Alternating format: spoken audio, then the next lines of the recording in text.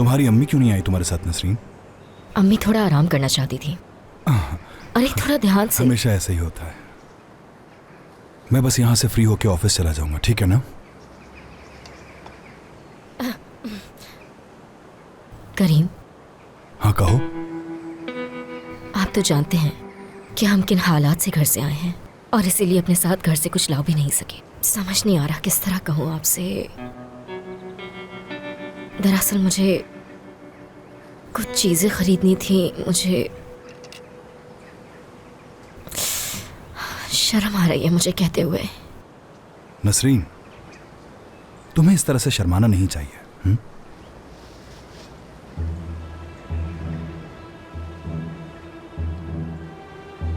ये तुम अपने पास रखो।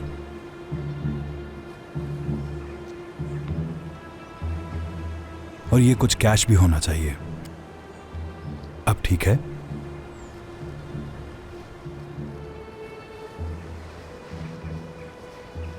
अब खाना शुरू करो, ठंडा हो जाएगा। जी जी, बस खा रही हूँ।